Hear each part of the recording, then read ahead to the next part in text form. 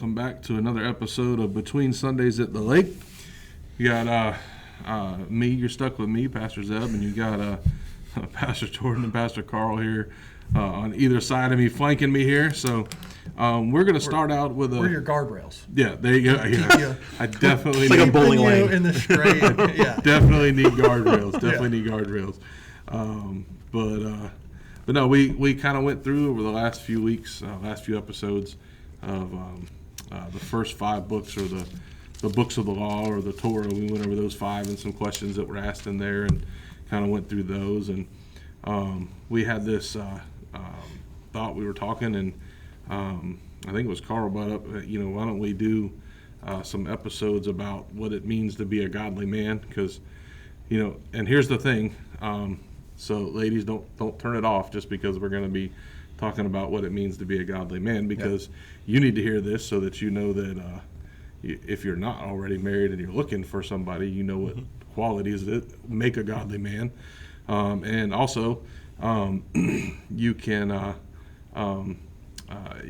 maybe direct your husband over and, listen, we're not perfect, and we don't. Not everybody's going to fulfill all these things all the time, obviously. Yeah. But don't turn it off just because you're a lady, because you can certainly, especially if you're raising young men, it'll help you. Yeah. Children. Or even if you're maybe mentoring some young men or whatever it might be. So, but understand this, that none of us are perfect in any way, shape, or form. So we're not going to, just like I wouldn't look at a woman and expect her to be a Proverbs 31 woman every second of every day. Mm-hmm. It's a strive, because you're not going to be all of that all of the time. No. Men are not going to be, whether we're striving to or not, going to be everything that a godly man is all the time either. Yeah. So we're going to have our moments for sure. So, and a lot of the expectations and commandments for men can also be applied to a woman's walk as well. Not necessarily. Absolutely. Yeah. I know there's different tasks and duties and responsibilities, but some of them do go hand in hand. Yeah, they do for sure. But I wanted to. We were talking about trying to figure out how to start it off, and I think we probably need to start off with what doesn't necessarily make a man, because society will tell us what makes a man. So I think we need to answer that question first: is when do you become a man? When are you a man? And like we were saying, according to the U.S. government, you're a man when you're 18 years old. Yep. Right? According to Tylenol and Advil and all those pharmaceuticals and things, you're a man when you're 12 because you can take an adult dose. Right. According to Disney, you're a man when you're 3 because then you got to pay the adult price to get in. Yikes. But so I don't. There's a lot of things. Social structure, social standards that your buddies think you're a man once you've crossed this bridge, or indulged in this, that, and the other, and I mean, you're a man. Some people think, well, what makes me a man is the fact that my truck's jacked up higher than everybody else's truck. Sure. Or I can lift more weight than this person or that person, so I'm more of a man, and that's not what we're talking about. The other thing I think we I think we do certainly need to address is this. There is absolutely nothing wrong with being a man.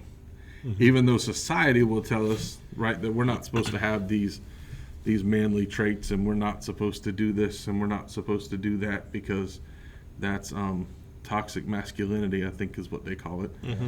I think you're right. But if you can call the godly values of a man that I portray as toxic masculinity if you want to, and I will gladly wear that badge if I'm doing what God's called me to do and being what God's called me to be. And unfortunately, that's what it's labeled as, I think, nowadays, is toxic if you're trying to be a godly man and lead in the way that God has taught you to lead. And of course, then the other side of that too is on the women's side of it, if they're being a godly woman and being submissive and doing those things, they're considered weak. Mm-hmm. And that's not true either. So I think this kind of brings in discipleship too, as in, I've always said, like, the truth always comes to the surface. So, like, these fictitious things that people are fed, these understandings of, toxic masculinity or whatever, but through a discipleship, as in raising up kids or discipling a youth or something of that nature, they see the fruit and they see the lack of negative impact that a man in a family structure would have, just kind of speaks volume. Yeah. Well, and I think, like, it's a very harsh blanket term that's being just thrown around. Yeah, like, exactly what do you mean by toxic and like any guy who's just trying to be a guy, or any guy trying to, like, be the biblical definition of a man, gets thrown in with the guys that are also being abusive to what it means to be a man. Right. Just in general, it's almost like if a guy isn't feminine, he's being toxic. Right. And, like, that's part of what we're talking about today too, is the what doesn't make a godly man, or what are the aspects of you that doesn't mean anything. Right. And we'll go down the list of it, but it's just so it sucks when you have a culture that's so defiant to God's design for who we are and what we're supposed to do, and that's on both sides of the street, men and women. Yeah.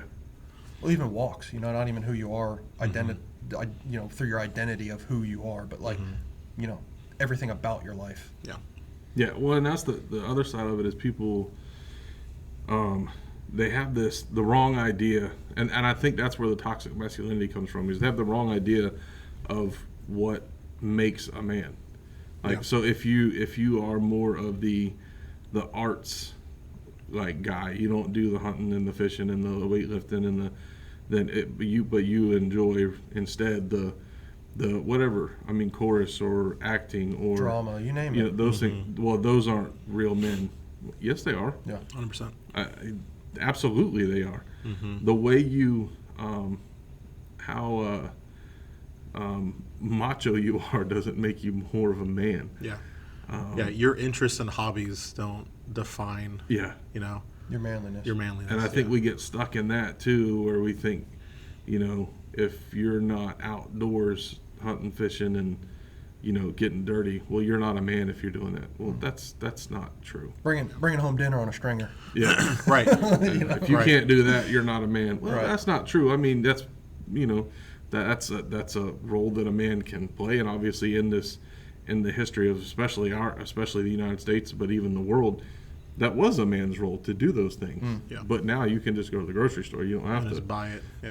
But that doesn't hold negativity towards the people that still enjoy that. Exactly. Like, okay, because it's been going on for so long, that was the cultural norm, and I've decided to hold on to that and continue to do it, and I'm not being conformed by society. Now I'm a negative image of a man. Ironically. Because Yeah, and I think that's where we get off track, is a lot of people think that those people that enjoy doing drama and the arts and those things, well, they're not real men, and then that's where we get into into trouble, because then those people think, well, this is what I'm supposed to be. Right. And then we get a lot of confused identity based off of what people are pushing on you. And what people enjoy. Yeah. So a lot of the stuff you were talking about earlier is not only like the cultural's definition of being manly, earthly possessions, but earthly experiences. You could kind of meter your quote unquote manly level in this world. The more women you sleep with, the more manly you are. Sure. No, that's actually the opposite of the truth. Yeah. Maybe in our world that's what they think, in our society that's what they think, but that, in my opinion, according to God's word, that's actually the complete opposite of the truth. So what you have and how much you have, it doesn't define your manhood. What you do is what defines your manhood. How you respond to God defines your manhood. Absolutely. And we're gonna go through some of these things and just kind of look into. Now, look, every one of them starts with the letter P so far. Now, I don't know if we're going to stick with that theme, but it just kind of happened that way. But I think it is important as we, look around our world today, and let's be honest, men aren't doing what men are supposed to be doing, and if you look at it as a whole. Mm-hmm. I think I saw a statistic the other day when I was looking that I believe it's over 50% of kids born now in current times, over 50% of them, it's like 52% or something like that, are born to single mothers. Yeah. Like, that's a scary number. Yeah. And if you wonder why our society and our culture is in the problem it's in now, it's because men have stopped doing their job. Yeah. And I don't know how to fix that problem other than doing things like this and hoping that guys hear it and, realize I'm not doing my job. I haven't been doing Yeah, this and our witness to others and discipleship. But yeah, I think it's important, especially for our young men, to understand what a man is, but just as important for our older men to model. Actually, probably more important for our older men to model what a godly man is. Because we all know we all get caught up in the I need this and I need that to be a man. I need to drive a jacked up pickup truck and or now with the Fast and Furious, I need to drive a overpowered Charger and shift too many times unnecessarily. But that thing got 25 gears in it. I was like, man. but no, actually, speaking of that, I saw a YouTube video the other day that was like, I think it was like 42 minutes long of all the unnecessary shifts in the entire Fast and Furious franchise. Oh, really? Yeah. That's crazy that it's the length of one of the movies. That's crazy. But no, I digress. But no, let me, so we've kind of said what society says it is. I don't know. I'm trying to think of some other things. I thought for a long time that you could be considered a man when you were able to pay your own bills and provide for your family. That's kind of the way I always looked at it, but there's more to it than that. Yeah. That's a part of it. Yeah. And I don't know that there's a one thing you can say. Yeah, like a line in the sand. Yeah, I don't think there's a line in the sand you can say, well, this makes you a man. Right. Yeah, it's not how much money you're making in a year or like like a threshold you have to go over in order to be considered one. Like kind of what you were saying. Like there's not a defined cultural standard, I guess. Yeah, even through like sanctification. Like I don't even know if there's a point in time where you're like, oh, you've spiritually grown to this maturity rate to where you're like, oh, like going from like the milk to the meat type yeah, of thing. yeah. Like I don't even think there's like a definitive. There's no defined line where you meet that criteria. Yeah. Other than it just kind of happens organically. You just like notice it. Yeah. And here's the other side of it, guys. We're all gonna work until the day that we go home to be everything that God's called us to be. Yeah. You're never gonna fully reach it anyway. But it doesn't mean that just because you're not gonna reach it, you just stop trying. Yeah. Yeah. Well, I just wanted to read. This is here at Eden Baptist Church, our men's ministry. This is the verse that we picked for our men's ministry, and it's out of 1 Corinthians chapter 16, verses 13 and 14. I love the way the NASB version has it on there. It says, "Be on the alert, stand firm in the faith, act like men, be strong." And then in verse 14, it ends it with this: "Let all that you do be done in love." So there's and I think if you look at the way culture has it, if you show love or you show Compassion. mercy or I grew up in an era, and Karl, I'm sure you did too, and because my parents and grandparents grew up, men don't cry. Right? Like you don't, unless there's a bone sticking out of your leg, you don't cry. Yeah. Right? And then of course when you read in the Bible, well, Jesus wept. Yeah. Okay, so obviously men do cry. Yeah.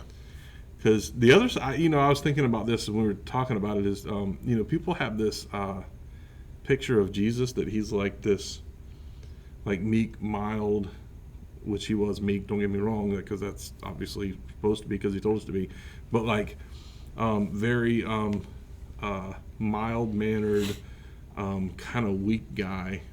Passive kind of? Passive guy, yeah. Well, if you go back and you look, number one, he was a carpenter, some kind of a craftsman, right? Carpenter, stonemason, something like. And this wasn't the time of power tools, right? So everything you did by hand. Yeah, full. So all of it. dude was All jacked. had to be and strong. And he wasn't Yeah, on yeah. that royal food. So. No, and not to mention the fact that most people that would have gone through what he went through just to get to the cross, would have died before they got there. Oh, 100%, 10 times over. And the whole time he was there, never said a word. Yeah. And the last word he said was, "Father, forgive them." Yeah. So everything you do, be done in love. Yeah. Father, forgive them. These people that are,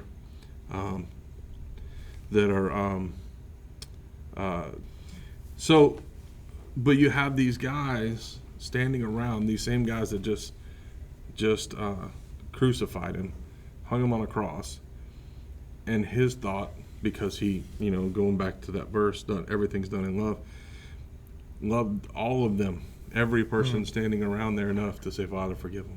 Yeah. I mean, that's being a real man. Oh, yeah. Where most of us, I don't know about you, but I'd be like, kill them all. Yeah. Send Be done lightning with bolts. it. I'm done. Yeah. You know what I mean? Like, but another cool thing I heard, I never thought about this. This has nothing to do with what we're talking about. But I heard this the other day, and when I said that, it made me think about it. Think about this. Think about how cool this is. The first person that publicly acknowledged that Jesus was exactly who he said he was a Roman centurion. Yeah. Yeah. And he said, surely this was the Son of God. Son of God. Yeah. Yeah. A Gentile. Yeah. Goosebumps. Yeah. Like I heard somebody say it and I went, wow, that's crazy. Yeah. Well, it just goes to show sometimes you need to step out of it, or be on the outside to see what's really going on. I mean, the Pharisees and all of them were just so obsessed with what they thought was right. They were so obsessed with the law, Right, when they're presented with the truth, they can't see it because they're so blinders on. preoccupied. Right. Yeah, which guess kind of leads you into, sometimes when you're a man, unfortunately, I don't know about you guys, but most of the men I know don't want to admit when they're wrong. Yeah. That's Roman centurion went, okay, we messed up here. Yeah. We have made a mistake. So not only was it an opposer that solidified that, but a man at the same. Right. Yeah. All these things going against what the norm would have been. Yeah. To confirm that Jesus a was lot of people talk about how the Bible is anti-woman and this and that, and I'm going to be honest with you. It talks more to men, I think, because we're more hard-headed than women are. It talks more to men about how to be a man and what we're supposed to do and our duties as a man than it does women. Yeah. So it's not anti-women, and everything it says for men is that we should take care of our wives and take care of our families and do those things. And so it's certainly not anti-woman by any stretch of the imagination. Yeah. Well, and then the parts that they tend to cling to about it being anti-woman, they forget the other parts that are right around it that address men, equally, if not a little harsher, Yeah. Well, not even that. It's God making however you want to say it, making rules, basically going, okay, I know this is how you're going to be. So because you're going to be this way and not follow my 10 rules that I gave you so explicitly, right, I also have to make these rules so that at least you're a halfway decent person. Yeah. Well, yeah, like look at it. Like men, the rules for men are step up, be a leader, talk. All the things that Adam didn't do in the garden. Like the ones that we defaulted to were incorrect. Right. Yeah. Yeah. I mean, if you just look at this verse, and we take those. Go ahead. Which, if he did, it would have changed the whole trajectory of everything. Yeah. Right. Yeah. Right. There had to be a course correction. Yeah. Well, that's and what I've pointed out several times, and I'm not the only one that has, obviously, but that after Eve ate from the tree, it says that she turned to her husband. Turned. It doesn't say that she went to him or Traveled to him or walked bro over was to right where there. he was. Yeah. Turned. So he sat right there, and instead of doing his job and saying, whoa, we're not doing that. God told us not to. He just Well, he'd be masculine, toxic toxic masculinity. masculinity. If he tried to tell her what to do. Tell her what to do. Yeah, exactly. It started back then. Well, I mean, you got to realize it's the same evil that we've been dealing with since day one. Yeah. It's. Well, and the other, like even talking about being a man in our society today, women aren't viewed the way that they should be by men, by a lot of men, because they're objectified and they're, and you have to look this way and look that way and those things. But if you go back to even in creation, when God created Eve, He said, "I'm creating him a helper. It's not good for man to be alone." Yeah. So, like. That, I mean, he knew what we needed back then. Yeah. So, but if you just take, we'll just kind of break these down, and then we'll move on to our first, the first one we have, first trait of being a man, I guess, being a godly man. But it says be on alert. So, he's talking to men, obviously, because it says act like men, but he says be on alert. As men, what does it mean to be on alert? Not necessarily for danger, but even those spiritual dangers. Yeah, I was going to say physical and spiritual. Yeah. Defense. Yeah, and part of it's just my former career. Like if I go into a restaurant, I'm not sitting with my back to the door and everywhere I go, the first thing I do when I walk in the door is I find where the nearest exit is. Mm-hmm. A strategic advantage, a tactical strategic advantage. Right, but the same thing applies in our spiritual lives, right? We need to look for. We put our back to the wall, so that we can be on alert. We can see those things coming, but too often we as men, whether you guys like it or not necessarily you guys in this room, but any guys listening, whether you like it or not, or you agree with me or not, based on what the Bible says.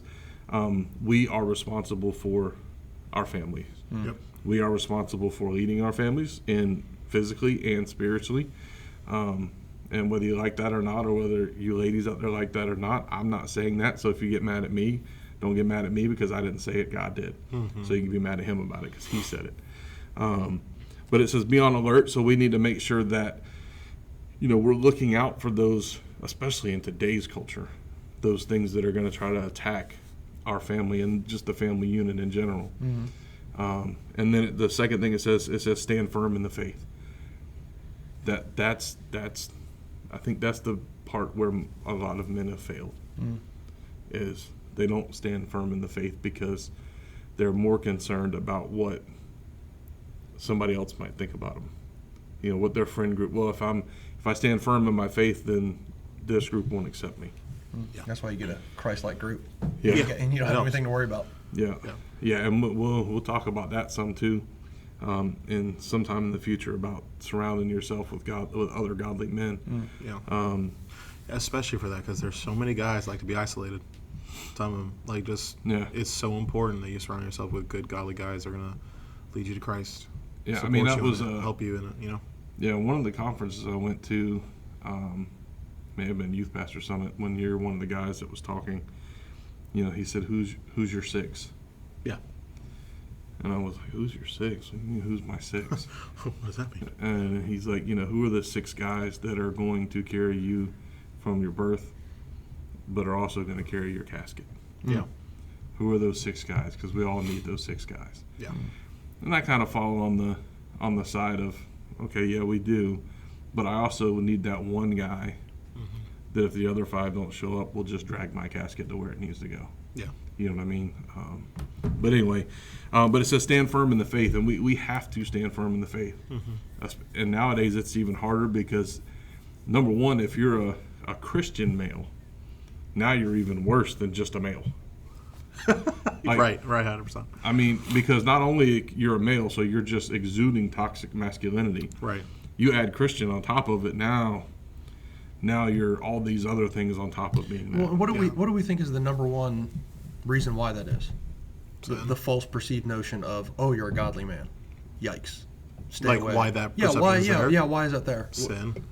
I mean, the gospel's offensive. You know, But do you think as the Well, church, we've done it to ourselves. Right. So like our witness, right? Those the oh, quote I see. unquote Because of the Christians. way that we've acted in the past, Yeah. it's made a precedence. Yeah. I got it. What okay. some might say, hypocrisy, things of that nature, where people, don't, they talk the talk but don't walk the walk. Right. I mean, there's already like a natural offensiveness to it because when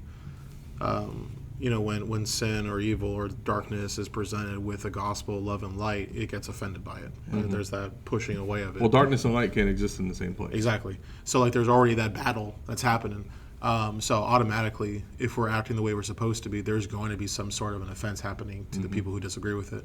But to your point, it doesn't help when you have a bunch of people in the past acting Well, like and they're even in the present. Exactly. But like all around culturally, like people not acting the way they're supposed to, as per how God designed it, is going to push people or give them a sour taste in their mouth. Right. About what a man is supposed to be, what a godly man is supposed to be. Who God is, all these different things. Well, and hypocrisy, and so many, especially men in the church, and we're talking about men. But women fall into it, teenagers, everybody falls into it. But we're talking about men, and as men, we're supposed to lead it. So it is our fault. Yeah. Whether we want to admit it or not, it is our fault. So, when we look at hypocrisy, hypocrisy is people that in front of people are performing their religious duties and upholding their religious duties, but then are a completely different person when they're outside of where their religious duties are expected. Yeah, Google defines it as the practice of claiming to have virtues, beliefs, or morals that you don't exactly possess, or the act of advocating for certain behaviors that you don't yourself practice. Right. Yeah. Yeah. In other words, practice what you preach. Yeah. Yeah. I If you're learned gonna talk the talk, walk the walk. I learned a long time ago, especially with kids, the old saying, do as I say, not as I do. Yeah, that doesn't work. Yikes, that's Because they're going to do as you do. Yeah, that's not a good example. Yeah. So, but it's all about standing firm in your faith, even when everything around you is telling you that what you're doing is wrong. When everything, and there may come a time in this country where they're going to tell you that standing firm in your faith is the wrong thing to do. But we have to be willing as men to stand firm in the faith. And then it says act like men. Well, we'll get into that over the next however many episodes it takes us to do that. And then it says be strong. I can't remember exactly how many times. I have it written down in my office, but I can't remember exactly how many times he says to Joshua, Joshua's leading the Israelites into the promised land. And he tells him over and over again, be strong, be courageous. Do not fear. He says do not fear 360-something times in the Bible. So, or in some way, shape, or form, he says do not fear. So we have to be willing to be strong.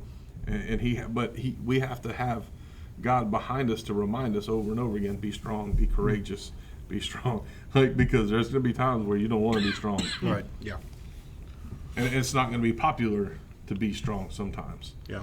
But then that in verse 14, I think the key to all of it is let all that you do be done in love. Yeah.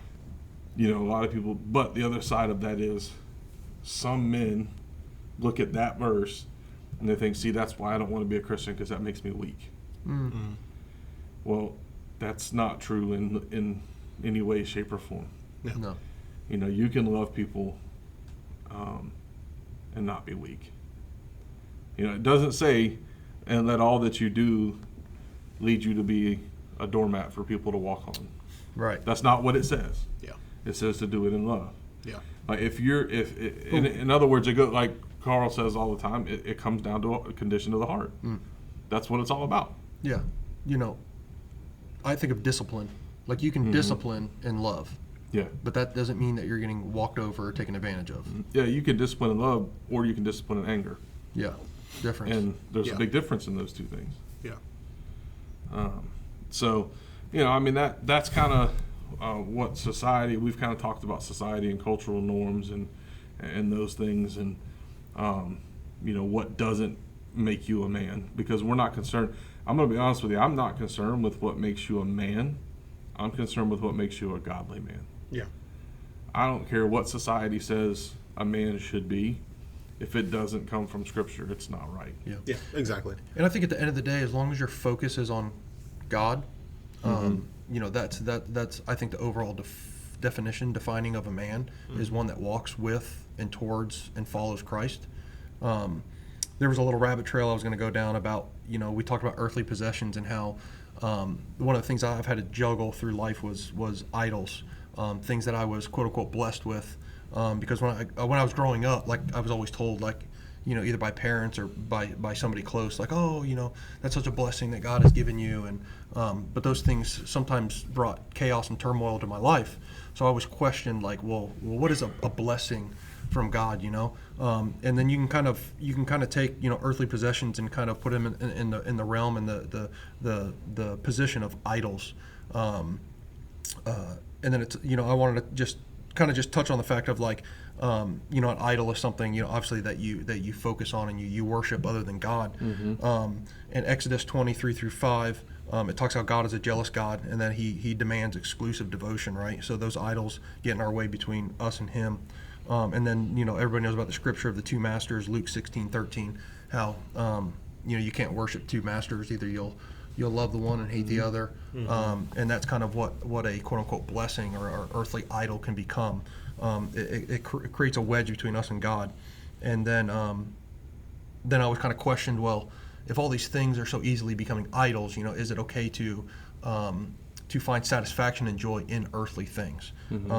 And then even 1 John 2:15-17 warns against earthly possessions, like store your treasures in heaven. That's where your heart will be also. Don't focus on the things that are earthly and the moths destroy and rust destroys. But Ecclesiastes 5:18-20, I think I have it right here. Let me read it. I got to turn to it. I'm doing this. I have one of those fancy tablets, so bear with me.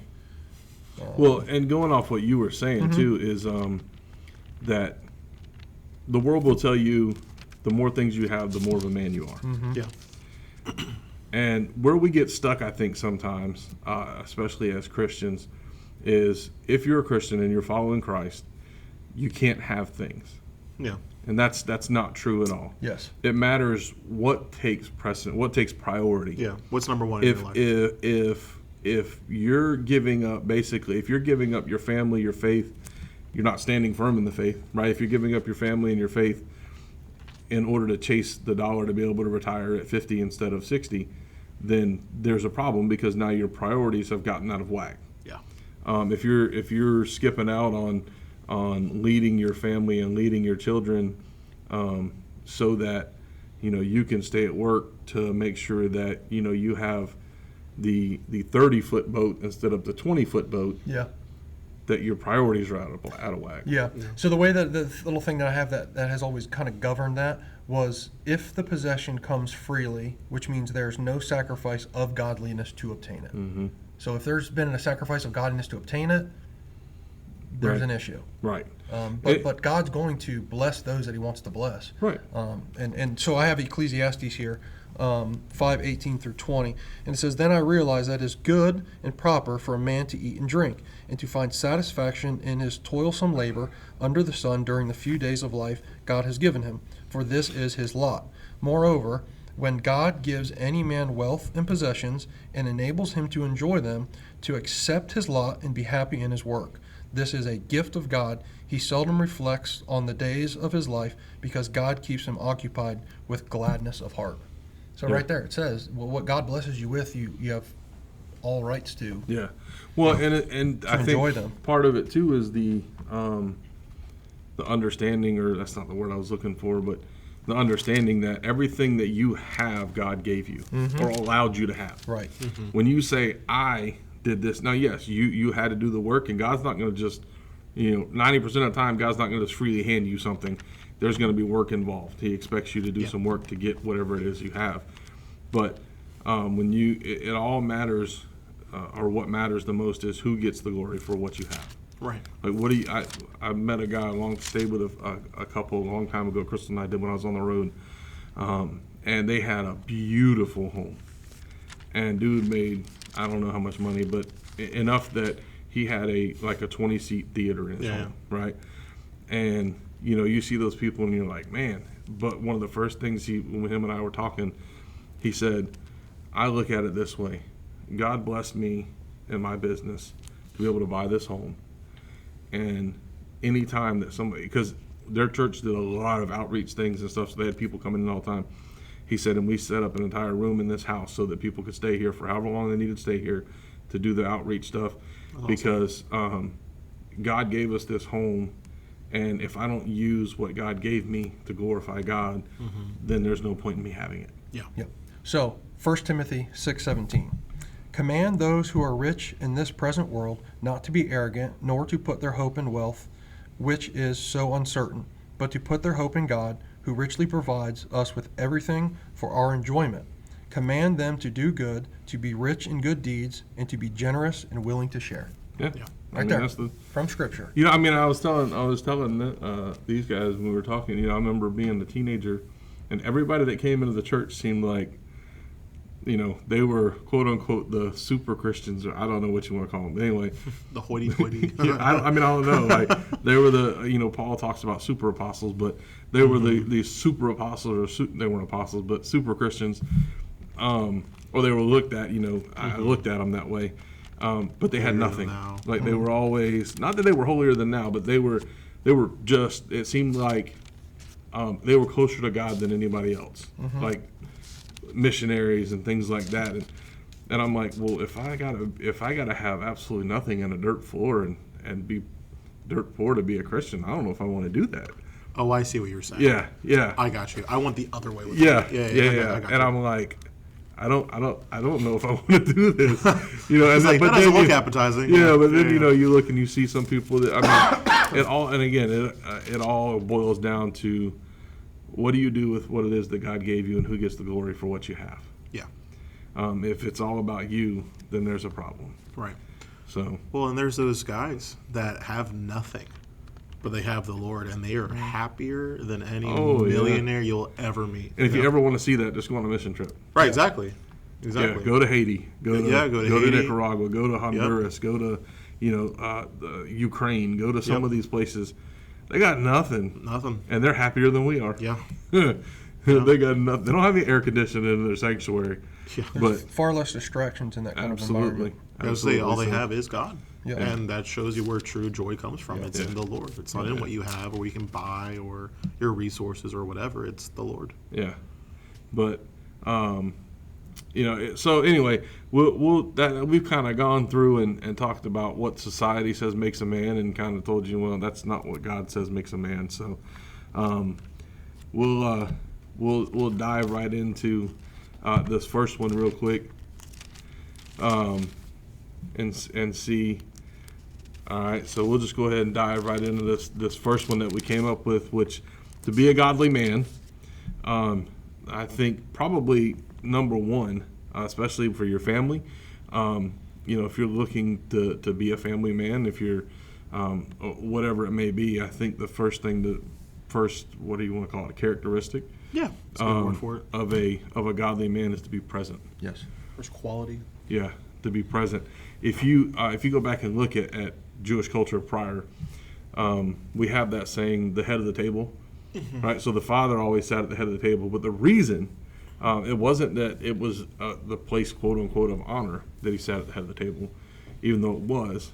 The reason that the father sat at the head of the table was because then he could see the entire table, and that was when they did their teaching, and the father did the teaching. Yeah. The father taught them, if you go back to Jewish culture, the father taught them the Torah, and the father taught them the stories about David, King David, and the stories about Daniel, and that supper time. And I think that's something that's lost, and I know this has nothing to do with it, but I think that's something that's lost on our society today, is most families do not sit down at the dinner table and eat dinner together. Yeah. Like the rule at our house, even if we order pizza, like we set the pizzas on the table and we all sit at the dinner table. Yeah. And our rule at the house is no tech at the table. Yeah. Right? So everybody's phones, mine included, gets left most of the time, unless the Gators are playing. TV gets turned off, or unless there's something big going on. But we sit at the table, and I think that's been lost in our society, and I think it shows. Yeah. And I think whether it be whichever angle you want to look at it, I think it just defines down to structure as well. Just a family house structure, I think, is healthy. I think I compare it between chaos and no chaos, right? Like if there's structure and order, it lacks chaos, and we know that chaos just brings destruction. Mm-hmm. So I think that the order in the house can be correlated to Scripture and Well, then biblical practice teaching. Sorry. No, you're fine. And on top of that too, like you were saying, like it's the dads that sat at the head and they led the family. Mm-hmm. They guided the family in God's word. They didn't just sit idly by and wait, for the quote unquote big moments to be, the big guy on the street to lead and do whatever. Like every day they were leading the family. Every day they guided the family. Yeah, nothing changed. Nothing changed. Yeah. Like every day they were in the position of the headship of the family. That's another thing that's just gone. Which is where God put them. Exactly. Not where men put them. No, right, God exactly. put 'em, Like it's the God instituted role for the father is to lead and guide the family in all moments every day. Absolutely. And I think, if you look at the statistics that have been, and I don't have those in front of me, I should have got them, but statistically, kids that are families that sit down at the dinner table, I think it's like 4 nights a week, which isn't even every day. 4 nights of the week, sit down and eat a meal together. Are more like have higher grades, have less disciplinary issues in school and in society. They have like just all the things. It's simple. Just sit down. But we're all so busy running around and look, we did it for years. We had both boys and we ran to baseball practice and basketball practice and football practice and track practice and all these different things. But you find that time and you sit down, and it leads to it because they know, your children know that at some point, if they do something really stupid, right, at some point they're going to have to sit down at a table and look at you in the eyes. So if they did something stupid that day, they're going to have to look you in the face and hide it. You know what I mean? Advantage of it, yeah. And it's just but the statistics of it just are crazy. Just to sit down and have a meal. So it is. I think it's of utmost importance to be present. And sometimes your job doesn't allow you to do that. But being present doesn't necessarily mean physically present either. Right. Yeah. My job for 5 or 6 years, I don't remember how, or maybe just 4, I can't remember. But anyway, was I traveled. I traveled with the strength team. So like literally there was 1 year, and that was kind of the last year I really did it full time. And it was actually the year before I came here to Eden as the youth pastor. But out of 52 weeks in the year, I think I was on the road for 42 weeks. So I literally would go to I would fly in, go and do this strength team event till Sunday. I'd fly home Monday. I'd be home Monday evening, Tuesday, and then I usually either flew out Tuesday night or Wednesday morning to go to the next one. Wow. And Crystal said I didn't sign up to be a single parent. so that kind of cut that off pretty quick. Yes, when you say present, my mind automatically goes to the physical. Like a man is to be present, and then I automatically think, physically present. But like you said, spiritually and emotionally present is a thing as well. Yeah, because you can be physically present and be completely and detached and disconnected from the whole family. Yeah, you can be physically present and still be completely unknown. Yeah. How many dads get home from work, and not to say that you can't, but how many dads get home from work, they go sit in their recliner and they don't even speak to their kids. One of my best friends, he has 7 kids. I told him that's about 5 too many, but I got 1 for each hand. But he had 7 kids and only 1 set of twins. But every night when he got home, he would go home, he would sit down, and he would call all 7 of those kids over in front of him and ask them, like in a line, about their day. Like that was the first thing he did. And I'm like, well, that's great. Yeah. Like I never thought about doing that. Yeah. But Well, it's those connections, those emotional connections that even after like loved ones pass and are gone, like they still live with us in our hearts because that emotional connection is still there. Right. Yeah, and it's just, and like I said, I obviously you need to be physically present. And I do have those. I actually did look those up. But I'll just read just a couple of these. This is just a couple. So, of 85% of youths in prison come from fatherless homes. 71% of high school dropouts come from fatherless homes. 90% of all homeless and runaway children are from fatherless homes. And then it says nearly 25 million children live without their biological father. And I think this one probably scares me the most is 60% of youth suicides are from fatherless homes. Yes. Yeah, that's a lot. I mean, just based on those numbers, as men, we're not necessarily we, but as men in general, we're just not doing our job. Yeah. Yeah. And I think that kind of speaks to like grandparents and things of that nature that might have actually been dealt the card of raising their grandchildren. When we say fatherly, Fatherless, yeah. It's a manly representation in the house. Right. So whether the dad's there or the grandfather's there, it's still the responsibility of the man in the house to exemplify that. It's the one who's there to keep structure. Right. Because like all the common denominator for all of those statistics is a lack of structure led them in that one direction or another. Yeah. Yeah. Whether it be the father or the grandfather, it's still fatherly, manly. Right. Yeah, and that even comes with, I've said before that anybody can be a dad. I mean, that's just natural biology. I mean, anybody can be a father, right? Anybody can father a child. Well, raise them. Anybody can father a child. Yeah, feed them. But it takes an entirely different person. We're not called to just be fathers. We're called to be dads. Yeah. And there's a difference between those two things. And that doesn't always look the same for everybody. I mean, for a lot of years of my life, my grandfather was dad. But there's a big difference between being a father. A lion can father children. I mean, any animal can father children. Yeah. But only human beings can be dads. Yeah. And there's a huge difference in that. And one of the biggest things is just being not just physically present, but being there. Yeah. Emotionally present, mentally present. When you That's go kind to of your the dividing line between father and dad. One's, raise them up. The other one's emotional connection. Well, and the godly man part too is the spiritually present. Yes. Like praying with your kids, discipling letting your kids see you pray. Right. Exactly. Not just saying, "Well, I pray every day." Yeah. Do you? Yeah, let them see you be a child of God.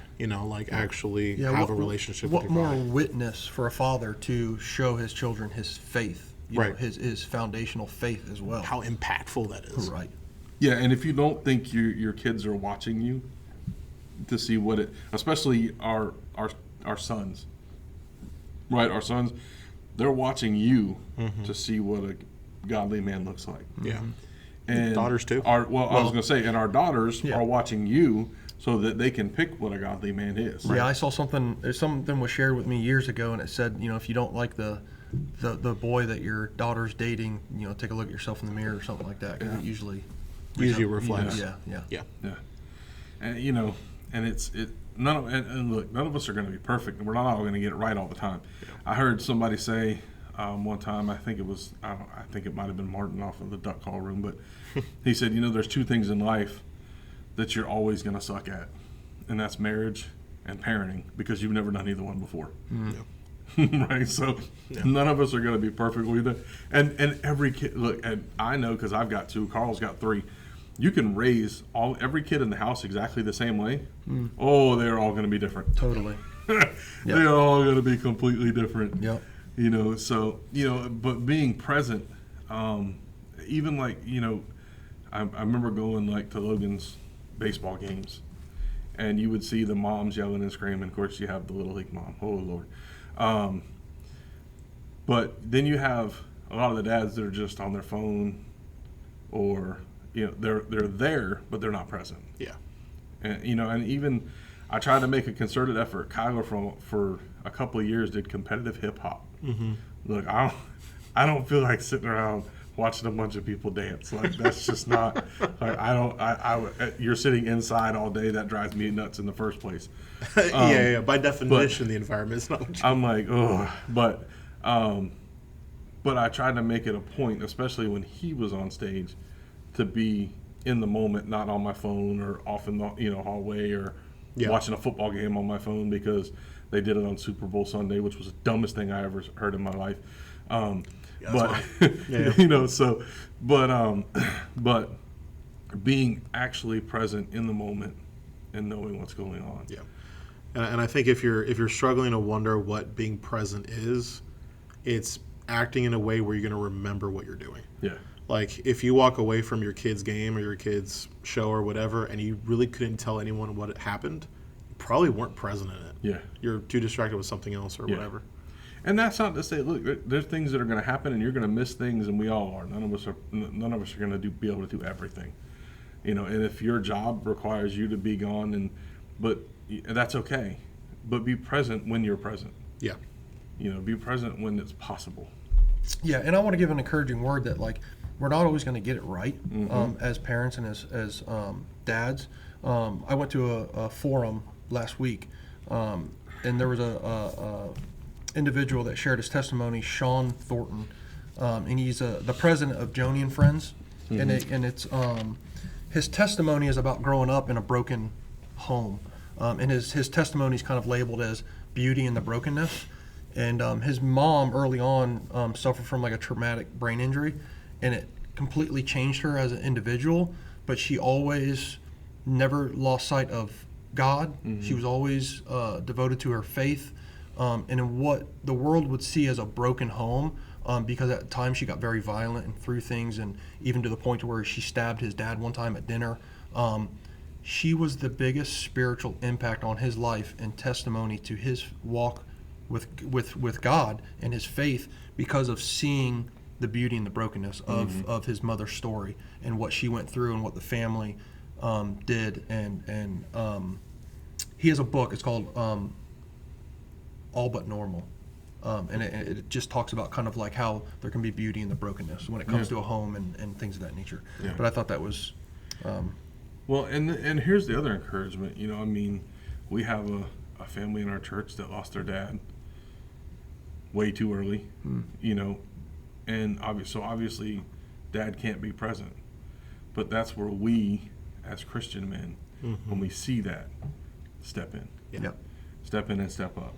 You be that father figure. That doesn't mean that you're going to become their dad, right? But you be that godly man that steps in and says, hey, I got it from here. Yeah. Let me, and mentor. And that's what I think that's what we're missing in the church more than anything, is godly men that are willing to mentor godly young men. Yeah. Because the reality of it all is that if you're being the man that God has called you to be, there's no shortage of dads. Right. And the issue is that there's too many men not acting like it, and there's too few dads in people's lives. Right. There's a big hole. Yeah. Well, and there's also this term called spiritual father. Everybody needs one. Right. Everybody needs one, and maybe your spiritual father is your father. Right. But those kids that don't have one, you have to step in and be that for them. Yeah. And that's where we have to be as in the church. Like I said, you're not in there trying to replace dad. You're just filling in the gap. Right. Of what a godly man is. And what I learned in youth ministry is, as you're ministering to those young men, eventually you're going to begin to minister more to their dads or their parents more than you're ministering to those young men. So, just be present, be there, and it doesn't matter how old you are. One of the big things I've tried to get our church to grab onto is there's always somebody above you, somebody below you, and I don't mean in status. I mean, you're always. I don't care how old you are, even me, right? As the pastor, Jordan is youth pastor, Karl is the children's pastor. Like, there should always be somebody that's above you mentoring you, and you should always be mentoring somebody. And if we're all doing that, then guess what? Everybody's being led godly. Yeah, all bases are covered. But the problem is, what happens is we get to a certain point in our age and we think, I don't know how to deal with these kids anymore. Well, there's too much of a disconnect between modern kids and myself, or there's not enough.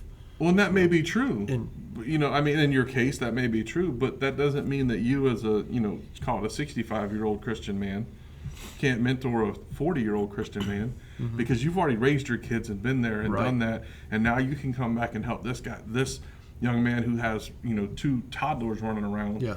And hey, I've already walked through this. It's going to be okay. Yeah, it all kind of trickles down from age to age. Right. Yeah. Right. So, I'm not saying that if you're 80 years old, you're going to be able to connect with a 15-year-old. Yeah. You might be able to, though. Yeah. But if you never try, you never take interest in them. Yeah. Or you believe the hype of, kids these days. Yeah. Listen, I'm here to tell you right now, I was a youth pastor for a long time. I coached forever. There's some good young people out there. Mm-hmm. Absolutely. And I'm so sick of listening to people talk bad about teens, and it's just I think it's just a cop-out to not be able to have to deal with them. Oh, yeah, 100%. I think, to me, that's what it is. Oh, if you and disagree I agree with me, you. I don't care. You can call me. Yeah, But right. No. We'll have a conversation. Yeah. Because there's a lot of good. You'll be the first guest on our podcast. I will dress you down. Yeah. But because there are a lot of good teenagers out there. Absolutely. Are they a pain in the butt? Yeah, but you were too when you were a teenager. Sure. You just forgot. Right. And to be fair, you probably still are paying the butt. If we're having this conversation. Since we're on the topic. Yeah, so, but the biggest thing... Well, I've always said, if Satan wants to get his plot over on everybody and he can't, get that done, what not better way to put a veil in front of people and make them think that he has? Yeah. By having this, image of the youth just being all corrupt or all being, vigilantes or, whatever you want to call it. It's like, no, that's not the case. Well, and I said it, I think it was this Sunday I said it, we always say these kids and their phones and their technology and I don't remember where I was sitting. There was a group, a whole bunch of people, and the teenagers and the young people were kind of sitting over on one side, and they were all having a conversation. And I looked over at the adults. The teenagers were over here having a conversation, and every adult that was in the room was on their phone. There you go. Yeah. And I went, really? It's the kids? Yeah. Because right now it's y'all. Yeah. But that's a whole nother thing. That's a whole nother situation. Whole nother conversation. But we don't want to be here that long. That's the next series. yeah. But no. Just being present and being that male role model, that godly man in somebody's life, even in a young lady's life, that may not have a father, can make all the difference in the world. And I know, just from looking and studying, I feel like one of Satan's, I shouldn't say I know, I feel like one of Satan's greatest weapons that he's trying to do is if he can get the godly family structure messed up, it messes up society. Yeah. Oh, yeah. He did it in the garden, right? Yeah. He didn't go to Adam and try to get Adam to eat it because he knew Adam was supposed to lead. He went to Eve and got her to make a decision first outside of her husband's spiritual authority. Yeah. To make a decision to do something that she shouldn't have done. And Adam wasn't man enough to say, no, you're not doing that. Yeah. Like, don't get me wrong, I'm not one, with Crystal, I'm not going to tell her what she can and can't do. But when it comes to spiritual matters of right and wrong, we're supposed to do that. Our spouses should do that to us too. Yep. But Satan was able to flip the family dynamic in that situation, and then look where we ended up now. Yeah. Yeah. 100%. So, I know that Satan knows if he can attack the family and he can mess that up, he can mess society up. Yes. And that's exactly what we've allowed to happen. So we got to figure out a way to fix that. And I think step number one is that godly men need to be more present in the lives of their families and other young people that may not have that godly man in their life. Yes. So All right. that's all I got, fellas. I don't know what else to... we could talk for a little while longer, but people probably turn it off by now. So Once you, edge toward that hour mark. yeah, we'll go ahead and get out of here. But don't forget, guys, number one, what the world tells you makes a man is not a godly man. Yep. And number two, if you're going to be a godly man, step one is to be present. You can't be a godly man if you're not present. Yeah. And that's not just physically present, that's emotionally present, spiritually present, and lead. You can't lead if you're not present, and we're called to lead. Yes. That's our job. So, Yeah. Don't let society define you. Let the one who created you define you. Yep. All right. Well, Jordan, you want to pray us out, and Sure. we'll go about our day. Don't forget, as you listen to like and subscribe. And I think more importantly, I'm less concerned with liking and subscribe. I don't care if you like it or not. We're gonna keep doing it anyway. But more than that, just share it. Yeah. Like as many people as we can get this out to, the better. Yeah. So, 100%. all right, Jordan, go ahead and close us out in prayer today. Dear Lord, thank you so much for just a wonderful day. Thank you for a time where we can come together, Lord, and just talk about who you are, Lord, and who you created us to be. I pray that as the men who've listened to this episode today, I pray that you encourage them and equip them, Lord, to enter into the fullness of their design, Lord, to be men who reflect you, Lord, and be men who lead others to you. And I pray for the ladies who hopped on for the ride also. I just pray that you comfort them and just open their eyes to what a good, godly man is. And I just pray for relationships. I pray for just integrity. Lord, I pray for just health and compassion all around. And Lord, I just pray that as we kind of move forward from this and into the next episode or, whatever else is going on in the day, Lord, I just pray that you continue to just show us the path you have for us, Lord. And I just pray that everything we do and say brings glory to you. But Lord, we just love you so much. I pray that your will be done in everything, Lord, and in your timing. And we pray for all these things in Jesus' name. Amen. Amen.